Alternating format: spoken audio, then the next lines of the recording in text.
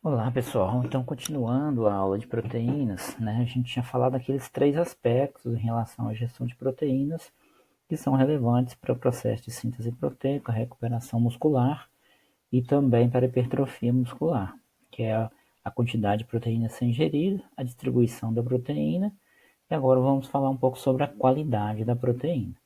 Então, as proteínas de alto valor biológico, elas têm uma concentração maior de aminoácidos essenciais. Os aminoácidos essenciais maximizam a síntese proteica. Importante é o seguinte, quando o sujeito faz exercício que aumenta a síntese proteica, lembra que a síntese proteica, as duas têm três etapas, mas a primeira etapa induzida pelo exercício é o processo de transcrição, e a segunda etapa, ela é muito dependente da alimentação, que a segunda etapa é a tradução proteica, onde ocorre a inserção de cada aminoácido na proteína que está sendo produzida. E se você não tem uma oferta adequada, um suporte adequado de aminoácidos dentro da célula, você não vai conseguir fazer a proteína de maneira efetiva. E os aminoácidos essenciais, eles precisam ser adquiridos por meio da alimentação. Por isso que eles são relevantes aí nesse processo e são limitantes do processo. Esse estudo aqui, ó, mostrou exatamente isso.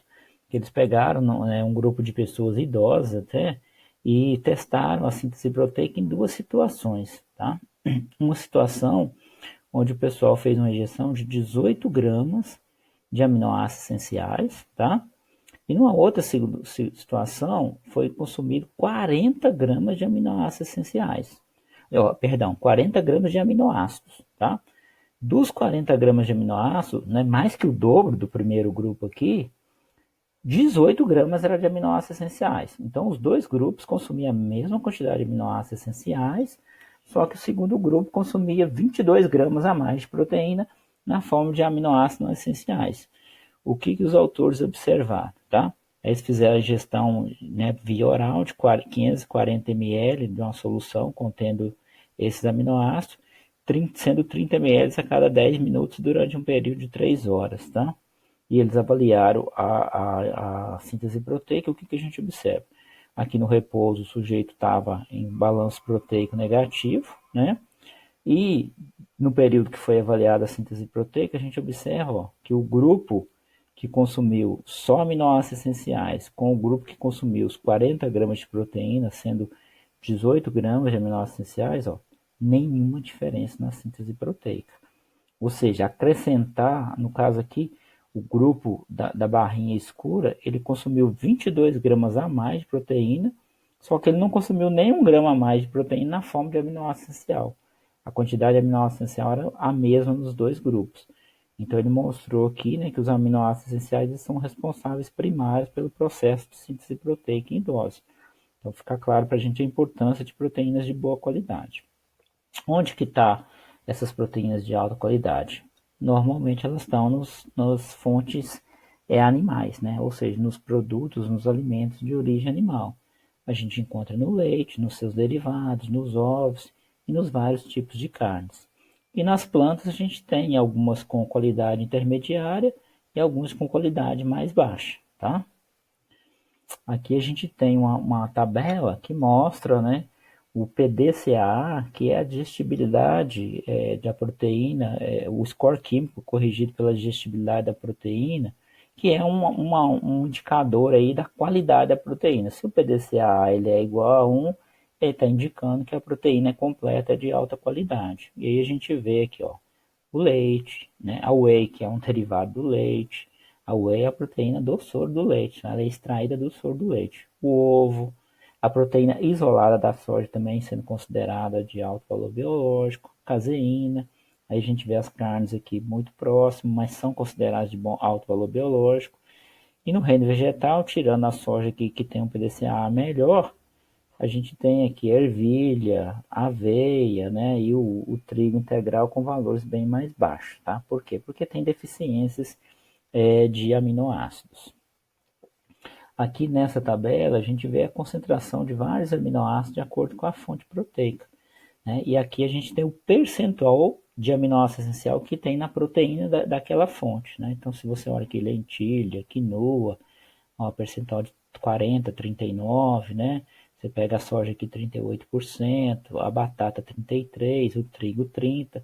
Quando a gente vai para as fontes animais, a gente vê que o percentual de aminoácidos essenciais na proteína, em cada grama da proteína, por exemplo, são maiores, né? São valores maiores. Não são tão diferentes, mas são maiores. Um detalhe que é importante aqui também é o seguinte, que a concentração de proteína aqui é muito maior. Então, por exemplo, você tem aqui o ovo, você vai ter num ovo aí em torno de 7 gramas de proteína, tá? Agora, no arroz, em 100 gramas de arroz, você vai ter 3 gramas de proteína. É muito pouco, né? Se você pegar as carnes, de um modo geral, você vai ter 25 a 35 gramas de proteína em cada 100 gramas. No reino vegetal, você não vai encontrar a porcentagem. Se pegar o feijão, que é um alimento bastante consumido no Brasil, você vai ter entre 5 e 7 gramas de proteínas em cada 100 gramas de feijão, tá? E aqui do lado tem o teor de leucina, que é aquele aminoácido que a gente já viu que é importante. Ó. Então, isso em percentual. Então, aqui, ó, o que apareceu melhor aqui foi o milho, né? E aqui nas fontes de origem animal, a gente tem a whey como a principal fonte de leucina. Mas o leite, né, integral aqui, a caseína, as carnes, os ovos, tudo aqui tem uma concentração relevante de leucina, tá? Lembrando então da leucina, né, que a leucina é um aminoácido essencial, faz parte dos aminoácidos de cadeia ramificada, conhecido como BCAAs, e que estimula a mTOR, favorecendo a síntese proteica. Então na literatura tem muita discussão de qual seria o gatilho de leucina, qual seria o valor de leucina ideal para se estimular, maximizar a síntese proteica. Muitos autores falam entre 3 e 4 gramas, né? Mas aí eu lembro de uma coisa, né? Quando você pega aquela recomendação lá da ISSN, ela fala de ter pelo menos 0,7 gramas de leucina na refeição, então um valor bem mais baixo. E naquele estudo que eu mostrei do Moore, que ele avaliou a síntese proteica após o exercício, 4 horas, durante o período de 4 horas após o exercício, os sujeitos maximizaram a síntese proteica com 20 gramas de proteína do ovo, que tinha em torno aí de 1,7 gramas de leucina. Então é possível que a gente, menos que 3 gramas, seja o suficiente para maximizar a síntese proteica. Mas é um aminoácido que tem ganhado bastante destaque, inclusive sendo alguns autores recomendando assim, a inserção da leucina em proteínas de baixo valor biológico para melhorar a resposta de síntese proteica dessas proteínas. Então é importante se priorizar o consumo de proteínas de boa qualidade. Para aquelas pessoas que consomem, que são onívoros, é muito simples de fazer. Né? Inclusive dá para fazer com quantidades não muito grandes de carnes. A gente viu lá atrás lá alguns valores de alimentos que daria 20 gramas de proteína. Né? A maioria das carnes ali em torno de 60 gramas, 70 gramas já é o suficiente para você fornecer uma quantidade adequada de proteína numa refeição. Tá? Então, lembrar desse aspecto aí, é a quantidade adequada, mas não precisa de nenhum tipo de exagero, então é fácil conseguir. Para quem é vegetariano, mas consome ovo ou leite, também é relativamente simples de conseguir. Agora, o vegano vai ter um pouco mais de dificuldade, porque ele vai consumir só produtos de origem animal. E é muito possível que o vegano, por exemplo, não vai querer consumir um suplemento de soja isolado, porque a maioria da soja é transgênica. Né? Então ele quer excluir tudo que tem qualquer traço de animal. Mas é possível também, tá? Fazendo combinações, a gente sabe que combinação de cereal com leguminosa, a gente pode ter uma proteína resultante de alto valor biológico. Então, por exemplo, o arroz com feijão, que é muito consumido no Brasil, na proporção de 2 para 1, a proteína resultante ela é de alto valor biológico. O único problema é que a concentração de proteína é baixa, né? Se você pegar 200 gramas de arroz, 100 gramas de feijão, você tem 300 gramas de alimento e nisso daí você vai ter por volta de 11, 12 gramas de proteína, tá? Um assunto também que tem sido discutido na literatura, né? Porque quando a gente fala de consumo de proteína, de aumento de hipertrofia, sempre se pensa no atleta de força, no velocista, no atletismo, né? No lutador. E os atletas de endurance que fazem aquelas provas de longa duração, geralmente são mais longilíneos, têm menos massa muscular. Será que seria importante isso para eles, né? Será que o aumento da injeção de proteína traria alguma melhora para eles? Então, o que tem que ser observado? Que o aumento do consumo de proteínas acima daquilo que é recomendado, considerando aquelas faixas que eu mostrei na aula anterior, não vai melhorar o desempenho de atletas de endurance. E que também a adição de proteínas a bebidas carboidratadas, lembra que nos esportes de longa duração, a reposição de carboidrato ela é recomendada, tá? Porque realmente interfere no desempenho físico.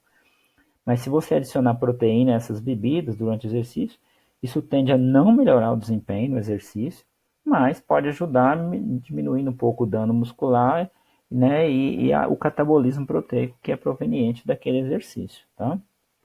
O mais relevante para o atleta de endurance é fazer uma gestão diária adequada de proteína para que ele tenha uma recuperação muscular adequada. Que a proteína é importante para recuperar. O sujeito faz lá um treino de 2, 3 horas, tem muito dano muscular e a recuperação desse dano muscular precisa-se de proteína em quantidade adequada. E muito atleta de endurance consome muito pouco proteína, dá importância só para o carboidrato. Então a gente deve sempre pensar de maneira equilibrada. E o atleta de força não deve pensar só em proteína, ele tem que pensar no conjunto da dieta, inclusive nos carboidratos, né? Aqui um estudo, né, onde os autores pegaram 7 ciclistas para avaliar essa questão da dieta rica em proteína, se ela poderia ser benéfica ou maléfica para o desempenho físico aqui num esporte de endurance. Então, eles tiveram 2 tratamentos. Um grupo fez uma dieta rica em carboidrato, que era, em teoria, a dieta normal deles, né, com quase 8 gramas de carboidrato. Olha a quantidade de lipídio em torno de 1,2 e proteína 1,3, tá? E, num segundo momento, eles tinham a outra dieta. Aí é uma dieta rica em proteína. O que eles fizeram? Baixaram o carboidrato de 7,9 para 4,9, então uma redução importante. O lipídio manteve mais ou menos e aumentou aonde? Aumentou na proteína, foi para 3,3.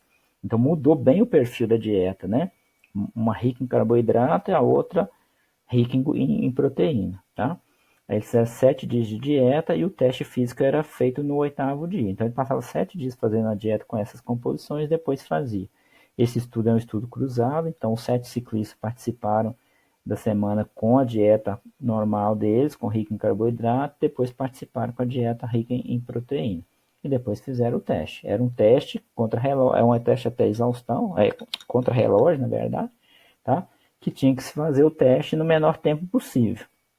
Então, olha só o que a gente observou aqui, né? Aqui na dieta rica em carboidrato, que é a dieta normal dele, o tempo médio para completar o teste foi de 126,9 minutos. Quando eles ficaram uma semana com a dieta mais pobre em carboidrato e rica em proteína, olha o que aconteceu. O tempo médio subiu para 153. Então foi um prejuízo muito grande do desempenho, porque num teste contra relógio, a melhor desempenho significa você conseguir cumprir a carga de trabalho ali, o percurso, né, que foi determinado em menos tempo. Se você está gastando mais tempo, você está perdendo desempenho físico. Então ficou bem claro isso daqui. Essas pessoas precisam focar realmente no carboidrato, ter uma ingestão adequada, mas podem melhorar a ingestão proteica para ajudar na recuperação muscular, tá? E aí ele fala aqui, né, que os achados do estudo deles mostram que a dieta 7 dias de dieta rica em carboidrato, né, teve um efeito ergolítico, ou seja, prejudicou o desempenho físico, quando comparado àquela dieta que normalmente é recomendada por ciclista, que é rica em carboidrato, tá? Então dá para a gente ter essa ideia. Então o atleta de endurance, possivelmente ele vai precisar de menos proteína do que um atleta de força, mas ele não deve negligenciar esse consumo. E possivelmente ele não vai se beneficiar em termos de desempenho físico de um consumo proteico elevado, como foi mostrado nesse estudo aqui. E será que a dieta hiperproteica prejudica a função renal? Isso é uma preocupação que muitos têm, né? Ficar consumindo muita proteína é prejudicar a saúde. E a gente tem que ter essa preocupação, porque mais importante do que rendimento físico, do que ganhar massa muscular, é a nossa saúde. Primeira coisa que assim, a gente tem que pensar, o que seria uma dieta hiperproteica, né? A literatura não é tão clara nisso, né? Aí eu vou dar o meu parecer em relação. Para mim, a dieta ela passa a ser hiperproteica quando ela está acima do valor recomendado. Então, por exemplo, se eu estou adotando o valor recomendado da ISSN ou do Colégio Americano, que vai até 2 gramas de proteína por quilo de peso, para quem está engajado em treinamento físico, até esse valor, para mim, ela é normoproteica. Eu estou falando isso porque na literatura, às vezes você acha um estudo que o sujeito usou 1,5, 1,7 de proteína e eles chamam de hiperproteica. Para aquele sujeito, ela é normoproteica. Agora, se ele está consumindo acima da recomendação para ele, aí ela passa a ser hiperproteica, tá? Então, o que a ISSN falava já em 2010, lá no posicionamento dela? Que não havia evidências de prejuízo na função renal quando se consumia dentro das faixas recomendadas, tá? O Martin também, com seus colaboradores, fez uma revisão grande sobre isso, e ele colocava o seguinte, que as alterações renais induzidas pela ingestão proteica, que era um aumento da hiperfiltração, seria um mecanismo normal adaptativo que não afetava a saúde renal. Tudo isso considerando pessoas saudáveis, nada considerando pessoas que têm patologias já instaladas. Vamos ver dois estudos aqui. Nesse estudo aqui, ó, o autor até coloca no título, ó, uma dieta rica em proteína, né, 3,4 gramas por quilo por dia, combinada com treinamento resistido pesado, um programa de treinamento resistido pesado, melhora a composição corporal e ela não afeta a função renal. Então ele pegou lá dois grupos de pessoas, um com 17 pessoas, outro com 31.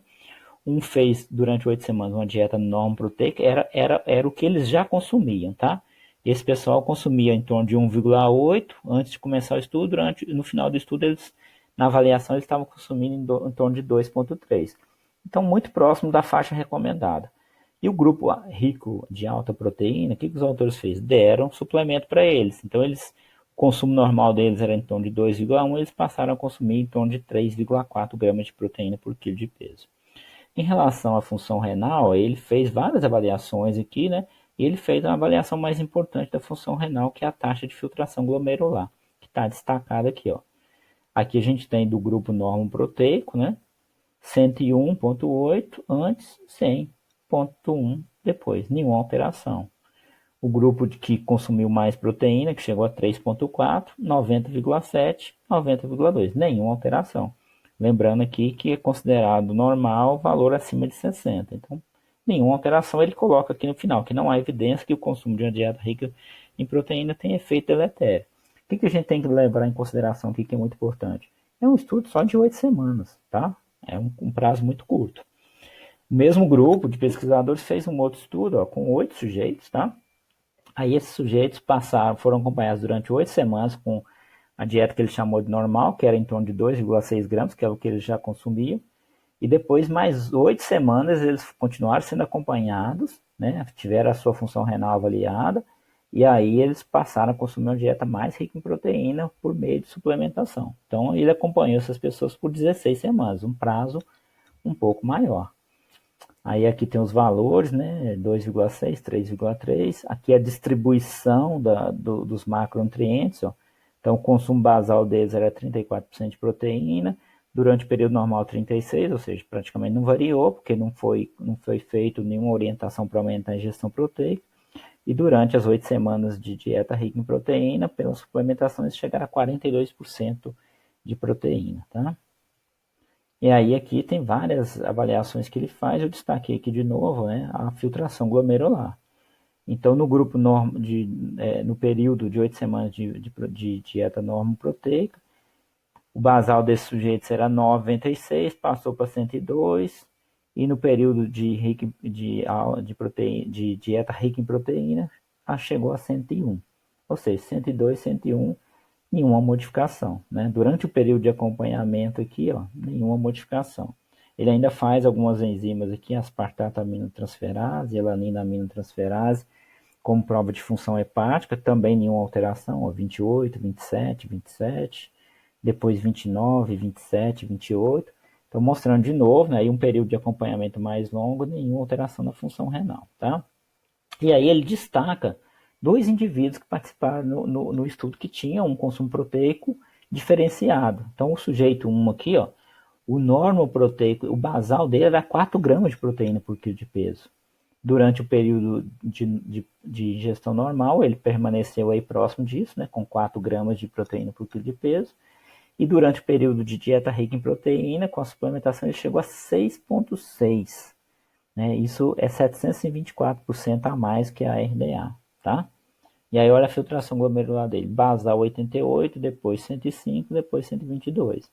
Há um aumento da filtração glomerular aqui, mas não está sendo demonstrada aqui perda de função renal. Por quê? Porque o valor normal é acima de 60. E o segundo sujeito consumia em torno de 2,6, depois passou para 3,6, depois para 4,6, quase 500% a mais que a RDA. Ó, 125, 126, 119, nenhuma alteração, tá? Então, novamente, a gente observa essa situação de estabilidade na função renal. Chama atenção para essa questão do prazo desses estudos, tá? Então, o que a gente poderia pensar em relação a isso, né? Uma dieta hiperproteica. Quando a gente tem um grupo de pessoas saudáveis, né, no curto prazo, 8, 16 semanas, não há evidência de prejuízo da função renal. No longo prazo, ninguém sabe dizer.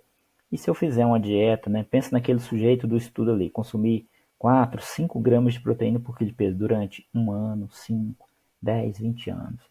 Isso vai contribuir para a instalação de uma doença? É possível, né? É possível. Você está forçando o órgão a trabalhar um pouco mais.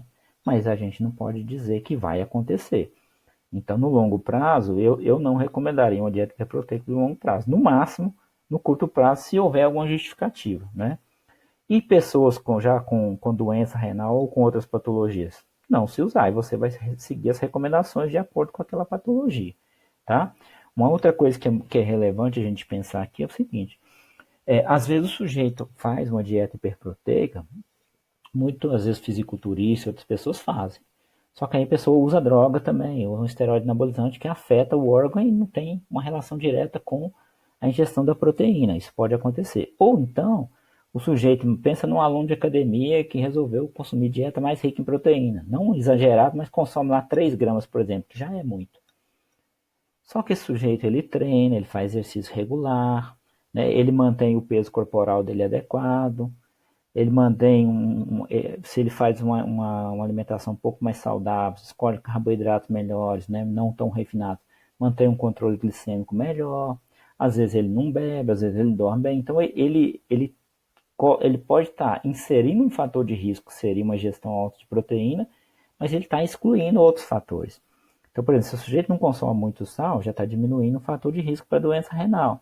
Se o sujeito não é hipertenso, a hipertensão e o diabetes, gente, são os dois principais causadores de insuficiência renal crônica. Então, às vezes, uma coisa compensa a outra. Aí o sujeito consumiu uma dieta hiperproteica de longo prazo e não teve doença, mas não dá para a gente dizer assim, a dieta hiperproteica é inócua. Não é, porque ele compensou um risco com o outro. Então, prudência é sempre a melhor escolha para a gente, tá bom? Então, eu vou finalizar essa aula aqui, tá? E depois a gente retoma a quarta aula, que vai ser a aula final, onde eu vou falar um pouco sobre suplementação, tá? E algumas considerações finais em relação à proteína.